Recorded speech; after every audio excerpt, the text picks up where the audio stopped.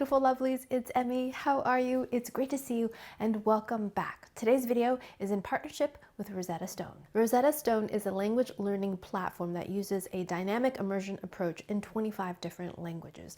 I recently was motivated to re-study and learn Spanish. I took a year of it in college, but recently my son has been learning Spanish and I was inspired to learn along with him. I've found it difficult to maintain learning and practice, so Rosetta Stone is perfect. The lessons are immersive with words and images, which makes the learning feel really natural, and it's really practical too. There are lots of useful phrases and lots of useful words, especially if you're planning on brushing up on a language or learning a language for travel. What's also really great is Rosetta Stone uses a voice recognition tool, so it will take your audio and compare it with a native speaker so that you can really hone in on your pronunciation. Rosetta Stone also offers an all-in-one package that includes phrase books, stories, live lessons, and an audio companion. So here's the thing that I really love. Most of us live very busy lives, and Rosetta Stone's lessons can be as short as 5 minutes, which is great, so I can squeeze in a lesson no matter what my schedule is. Also, their app is super useful. It allows you to take your learning with you wherever you go. Rosetta Stone would also make a terrific gift if you know someone who's traveling or someone who's just curious about international travel or places. Rosetta Stone would make a terrific gift. So if you'd like to cross off language learning off your goals list, you can click the link down below or use my QR code above to receive 60% off an unlimited language lifetime subscription. That gives you access to all 25 languages so you can start your language learning journey. Big thanks to Rosetta Stone for partnering with me on this video so I can make better videos for all of you. Alrighty, my lovelies, today we're going to be investigating the biggest TikTok food trends of 2024. Now, some of these I have done already, and I will include little snippets and links to them down below so you can get a full analysis of those ones. But there are several that I have not even heard of or tried. So that's what we are going to be doing today. The first one we're going to be making is tomato ice toast. I must have been sleeping on this one because I did not hear about this during the summer when my tomatoes were growing. But fortuitously enough, I've got frozen tomatoes because I have a garden and leftover tomatoes. And what did I do this year? I froze them. How perfect. Fortuitous, perfect. Coincidental, I don't know, but this is ideal. So the premise of this one is that we're going to be grating our frozen tomatoes on toast because we're making the toast version. But there are other versions where you're just grating it and having it kind of like a granita, which is like an ice, like an Italian ice. Oftentimes it's done with fruit like watermelon, lemon, but in this case we're going to be using tomato. I suspect based on the ingredients this is going to taste great. What I'm not so sure of is the cold temperature of the tomato and whether or not I'll get that lovely fresh flavor of tomato. I'm skeptical, but we shall see. So let's go ahead and get started. Alrighty, so you do need one tool to make this tomato ice, and it is a microplane, which is a very fine grater. I find this really helpful for garlic and zesting citrus fruit. So got a piece of toast here, and I'm going to put a layer of cottage cheese. I feel like that's one of the ingredients of the year, by the way. If condensed milk was ingredient of the pandemic, I feel like cottage cheese was the ingredient of 2024.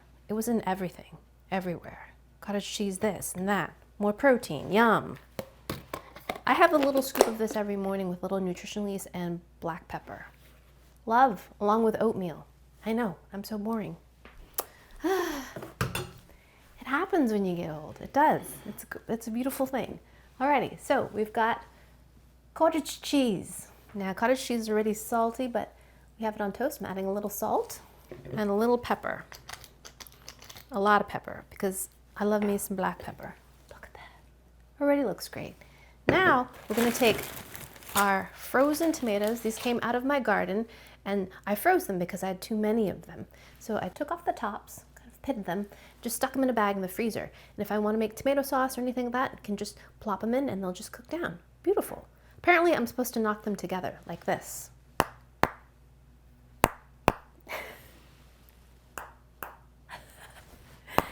Does make a lovely sound, doesn't it? Other people have used burrata cheese, which is similar to fresh mozzarella. It's very, very soft and rich, but they use an entire ball for one piece of toast, which just seems so excessive and just too much. So cottage cheese is my compromise. I think it's gonna be delicious. And one of my favorite combinations is cheese and tomato. In fact, cream cheese, tomato bagel, little red onion, so good. Alrighty, so we have the toast, and now we're gonna take the tomato and grate away. Oh my gosh, this takes some effort. My hands are getting cold, very cold. So what we're gonna do is we're gonna put on a glove. Oven mitt. Perfect. Look, shaved tomato. All right, so I need a big pile of this. So I'm gonna really pile this on. Ooh, I can actually smell the tomato. It smells good, nice and fresh. Ooh, look at that, that's lovely. A little snowy topped piece of toast. Ooh, delicate pile of shaved tomato ice on toast. Let's give it a taste. Itadakimasu. Alrighty. Whoa. Just wipe that on my oven mitt as if it were a napkin. Alrighty, let's go ahead and give this a taste. Itadakimasu. Wow. First off, very cold. Very, very cold. It's ice after all, but delish. Absolutely scrumptious.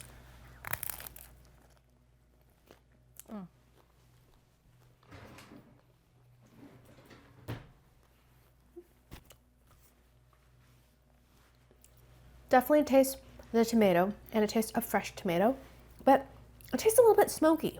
Why? I have no idea. This tomato should not taste smoky, but it kind of does.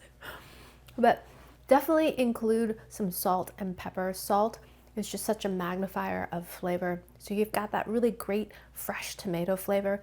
Then you've got that layer of cottage cheese below it, which makes it salty, and that little bit of black pepper makes everything feel fresh. Although if you have teeth sensitivity, this might not be the recipe for you because it is very cold when you bite into it. I do like this cottage cheese to tomato ratio. I think it works really well. And soft fluffy bread too. Soft fluffy toast.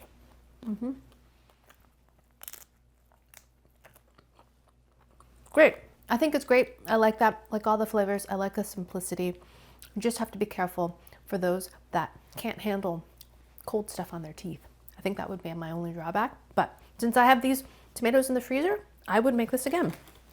I think it would be great with balsamic vinegar drizzled on top, a little bit of basil. You can have like a cold bruschetta. It's great. Next on the list is the Chamoy pickle. I did an entire video about this taste test. I'll put a link to it down below. Very fascinating treat. It is a giant pickle that has cucumber pickle that has been marinated in a red concoction that makes it both savory and sweet and sour, and then it is stuffed with all kinds of candies and treats that also have this red sauce on it. It has ties to Mexico, but you can find it all over the south of the US and at this point all over the world. So definitely check that one out. On the theme of pickle, next we're going to tackle the Chickle, which I have not made. And it is very, very simple. It's a combination of cheese and pickle, but it's more about a technique. So let's go ahead and try that one. The Chickle is very simple. We just need some cheese and some pickle spears. Hence the portmanteau Chickle. I've got a non-stick griddle here, just for a little insurance. You could probably do this in a stainless steel pan too, that's been well heated and then given a little slick of oil, but non-stick would probably be a little easier. And I'm gonna add just a little bit of oil, just for a little insurance. And then I've got a couple slices of sharp cheddar cheese. You can use any cheese you like. This is similar to the one that I saw in a video, and I like sharp cheese. So we're gonna use yellow cheese, and I'm gonna show you how it fries up. Look at that. So simple. This is on medium heat. I'm gonna decrease the heat a little bit. Look at that go. Okay, so this happens very quickly. I just turned off the heat and it immediately melted. But what we want is the cheese to fry up. because we're making essentially frico, which is a little crust of cheese. And then we're gonna add our pickle in the middle. So now I'm gonna take a pickle spear, place it in the middle, and then we're gonna roll it up to our best of our ability. Oh yeah, this is happening. So using my spatula to just shovel this around the pickle. If you have a nonstick pan, use something that has a wooden or plastic surface so as not to mar your pan. Okay.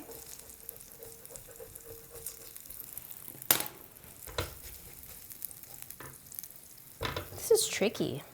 So mine's not wrapping as nearly as neatly as the one that they showed in the TikTok, but I think we're gonna get the idea. So I'm gonna shove this more to the middle so that we can get the cheese to go around the chickle. The cheese to go around the pickle. Okay. I think the trick is to dry off the pickle spear before adding it to the cheese, because the cheese does not want to stick. Okay, here we go, here we go. All right, it's happening now. This is the one. There we go. I give you Chickles. Chickles. Look at the Chickles. Not that photogenic, I have to say. Looks pretty greasy. So as I said earlier, I am not a huge fan of dill pickles, but I think this is going to be delicious because something beautiful happens when you fry cheese. It changes flavor and texture. It gets more concentrated. It's fantastic. And you've got that around a crunchy, already salty pickle. I mean, I think it's gonna be good, even though I don't like pickles. Let's give it a taste. Alrighty, itadakimasu.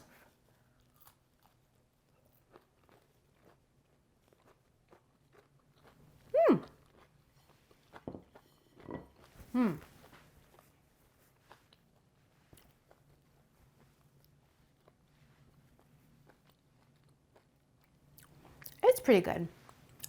The one thing I don't like is that it's so salty. Too salty. There's the pickle spear inside. There's our coating of cheese. What I found surprising is that the cheese kind of goes squeaky.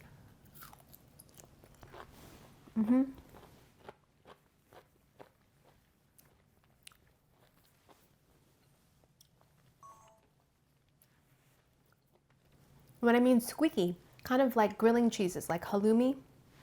It has a little bit of a squeaky texture against your teeth. I was expecting it to just be crunchy. And there are bits that are almost crunchy. Actually more dry.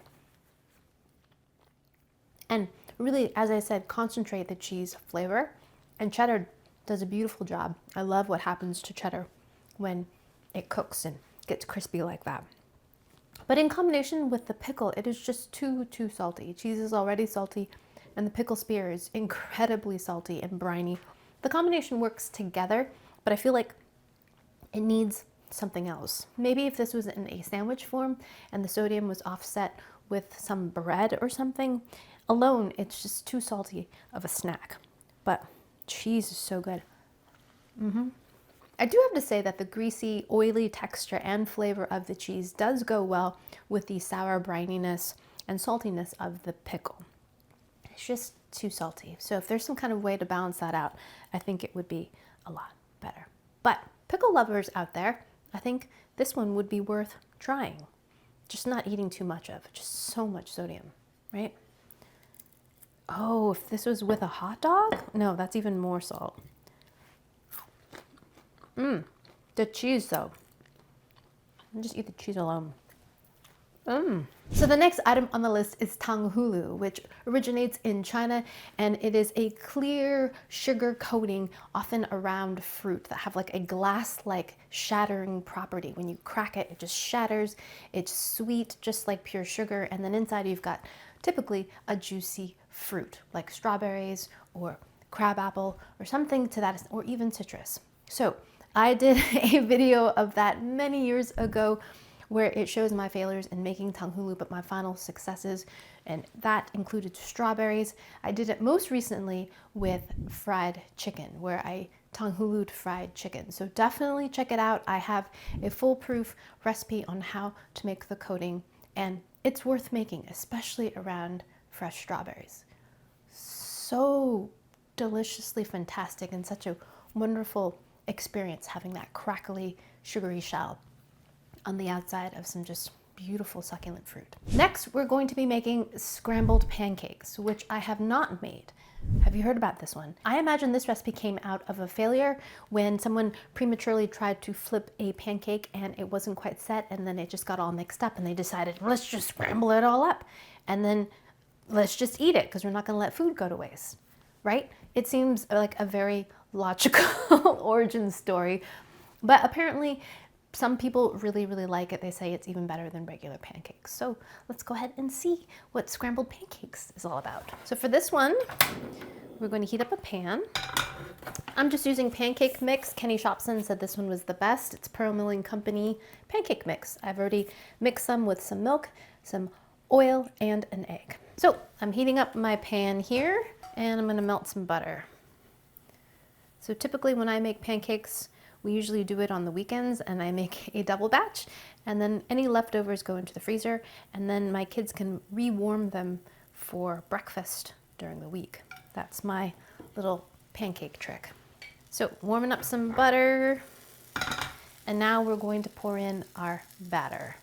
Here we go.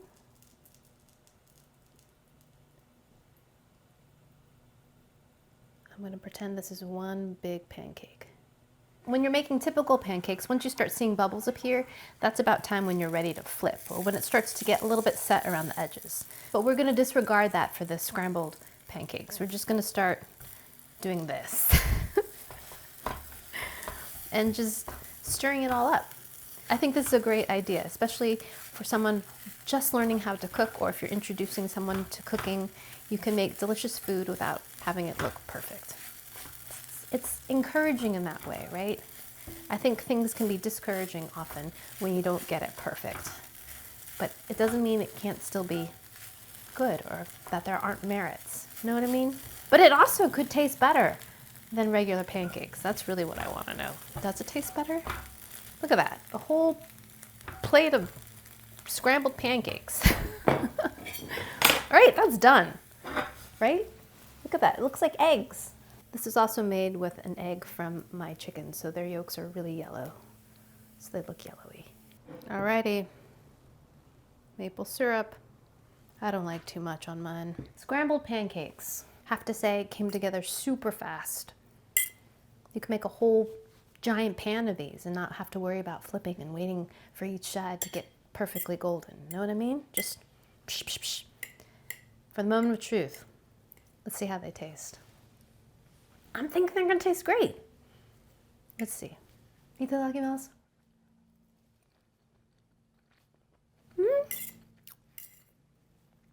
Yeah, tastes like a pancake. Just all smushed up.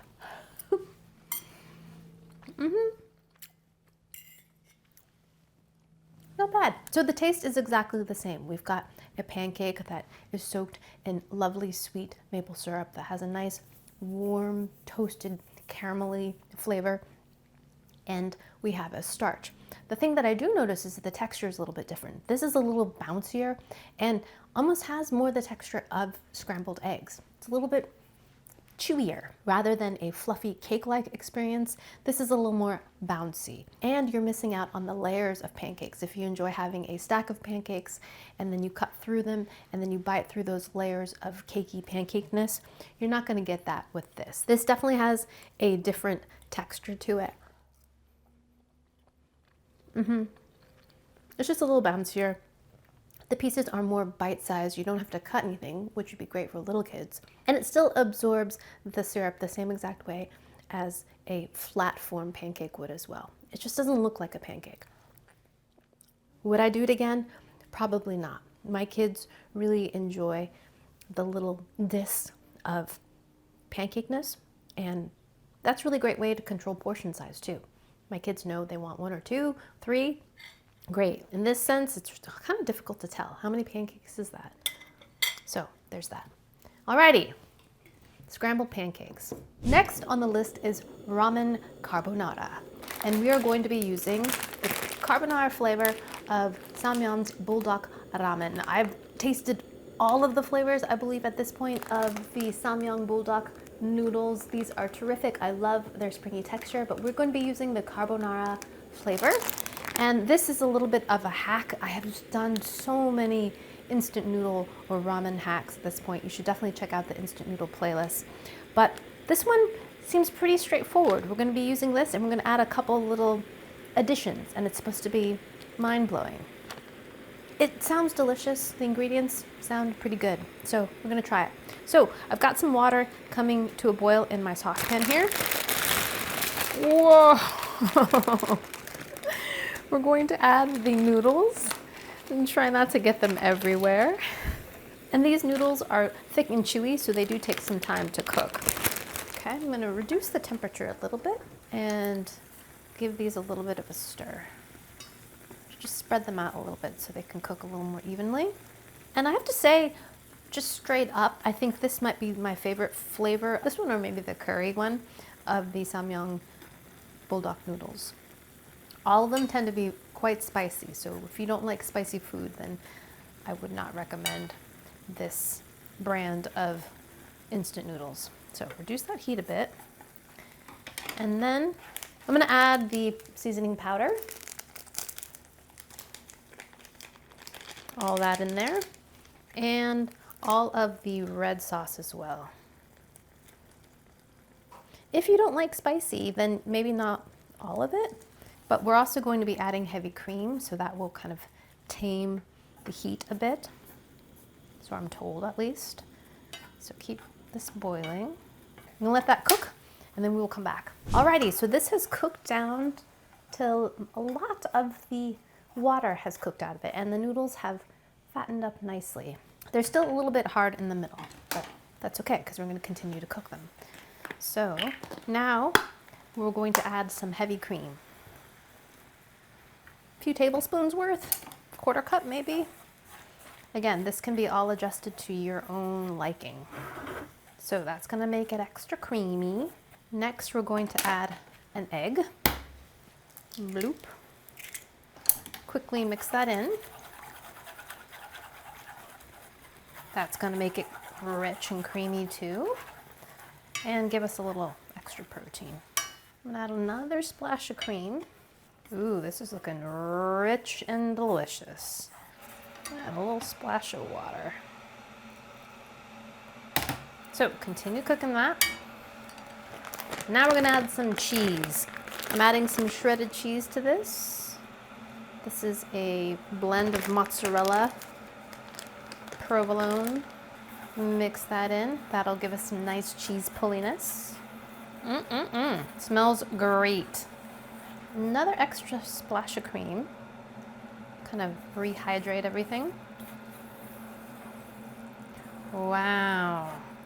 Look at that. All right, I'm gonna turn off the heat. And then just for a little zhuzh, it's parsley flakes. Ching, ching, ching, ching, ching, ching, ching, ching, ching, ching, ching. All right, let me get you a shot of this. Ooh. Doesn't that look delicious? Almost like mac and cheese or something. Look at that.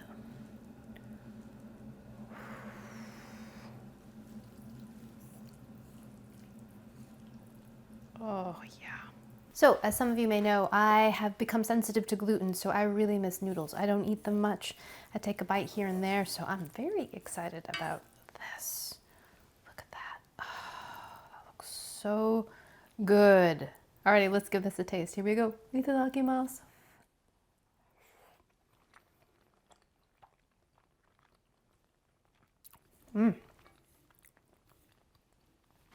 That's good. It almost reminds me of butter chicken. It's not butter chicken. Does not have the same kind of flavor profile at all, but the kind of creamy chilliness of it reminds me of butter chicken, but it is not like that in a lot of other respects, but it's delicious.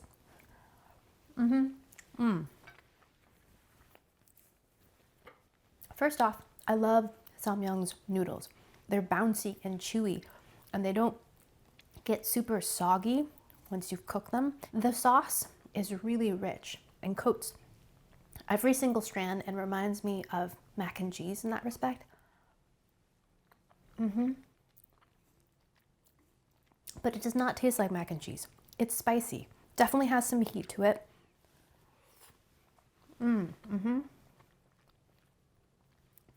But it's creamy along with that heat. And there's a little bit of a cheese pull texture to it. There's that delicious MSG addictiveness that comes with instant noodles. It's great. I don't taste any of the egg at all, but it's nice to know it's in there for some protein. In terms of spice, I don't know that it tones down the spice all that much. It's still pretty spicy, but I like that about their noodles. It's almost too creamy. Is that possible? But it's good. I like it. I think I would need something with this though, something fresh, maybe like a salad or something, although it's pretty heavy. Girl has to stop. Alrighty, so next on the list is cucumber jar. Did you see that one? This was all over the internet. The cucumber jar, where you take an entire cucumber and you shave it with a mandolin into a jar of some kind and you shake it up with different seasonings and you eat it. Absolutely scrumptious. I dedicated an entire video to it. You should definitely check it out for some good inspiration, or if you missed it, you can check it out there. Oh, another one that I should add to the list that I did recently is onion boil, where you cook an entire onion with butter and seasonings, just the whole onion in the oven. I don't know why they call it boil, because you don't boil the onion at all. I think it might have something to do with the combination of seasonings, but definitely check that one out too. So easy to make and very, very tasty. So for my last and final trick, we are going to be making cereal milk lattes. Cereal milk lattes, she says. I say. All right, so this one's really simple. We are going to be making cereal milk, combination of a sweet cereal with milk, and then adding coffee to it to make it into a latte. It's supposed to be delicious. Let's find out.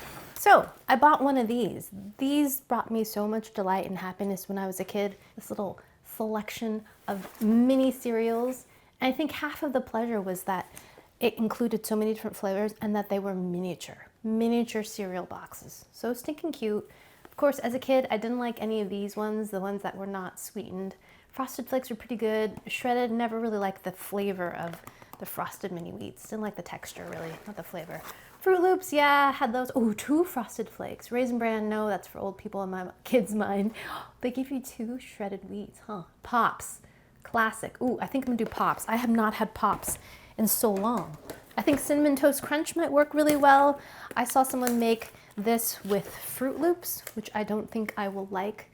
Fruit Loops to me taste like lemon extract, and I don't think sweet lemon will go well with my coffee. So I'm not gonna do that one. Instead, I'm gonna do Pops. Yes, Pops, I haven't had Pops in so long. So look how stinking cute this is. Miniature little box. Do you remember when toys used to come in cereal boxes? So great. You just like dig and root your hand all the way, and it would misshape the box and would get all fat and thick just so you could get that little like rubbery, crawly octopus from the bottom of the cereal. Those were the days.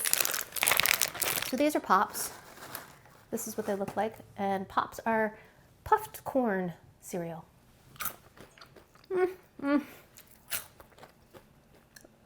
Lightly sweetened on the outside and taste of corn. Just as good as I remember. So we'll be adding some of that to, I guess, the whole box. I'm gonna save some so my kids can try. I don't think my kids have ever tried Pops, so we'll save that. And now I'm gonna be adding some oat milk because, you know, lactose intolerance is real. And we're going to dredge those in there. So I would imagine this would be ideal in a situation where you were eating all your cereal and then you were left with sweet cereal milk, because then the cereal doesn't go to waste, right? But I just ate a bunch of carbonara, so I'm not gonna be eating the cereal. But that's the best case scenario. Or if you're really thrifty, your kids have eaten their cereal and they left the cereal milk. and you don't want it to go to waste. So you make a cereal milk latte, right? You could do that. So I'm going to stir this around, trying to dissolve as much of the sugary stuff and flavor of the cereal into the milk. Let that sit for a minute. Now we will strain the milk into the cup. So we have cereal milk. So I typically have my coffee black. So having a bunch of milk in it, sweetened milk, is going to be quite the treat. So I have some brewed coffee, and I'm going to pour it into my milk. All right, there's the cereal milk, coffee, nice and hot. Let's pour the coffee into the milk.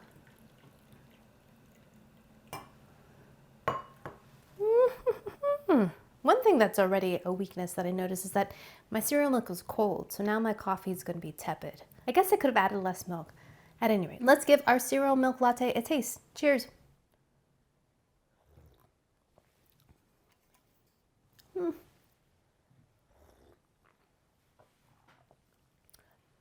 So the flavor of the cereal is pretty subtle. It's a little bit sweetened, and there's like a vague flavor of corn. Had I chosen a cereal that had a stronger flavor profile, like the Fruit Loops, I think I would taste it more. Pretty subtle. My coffee is tepid. It's not hot, so I would have to rewarm this, or I guess I could put ice cubes in it and have it be like a ice latte. Doesn't really do it for me. I'd still rather have my coffee black. And hot. Yeah, this one doesn't really do it for me. Unless it's a thrifty measure and you don't want the cereal milk to go to waste and you need something to do with it, then by all means, have yourself a cereal milk latte, but it's not really for me. Alrighty, my lovelies, let me know in the comments if there's some big TikTok food trend that I missed from this year. I'd be happy to tackle it. Let me know down in the comments below. And big thanks to Rosetta Stone for partnering with me on this video. Click the link down below or use my QR code to receive 60% off an unlimited language lifetime subscription. And thanks again for watching. I hope you enjoyed that one. I hope you learned something. Please share this video with your friends. Follow me on social media, like this video, subscribe, and I shall see you in the next one. Toodaloo, take care. Bye!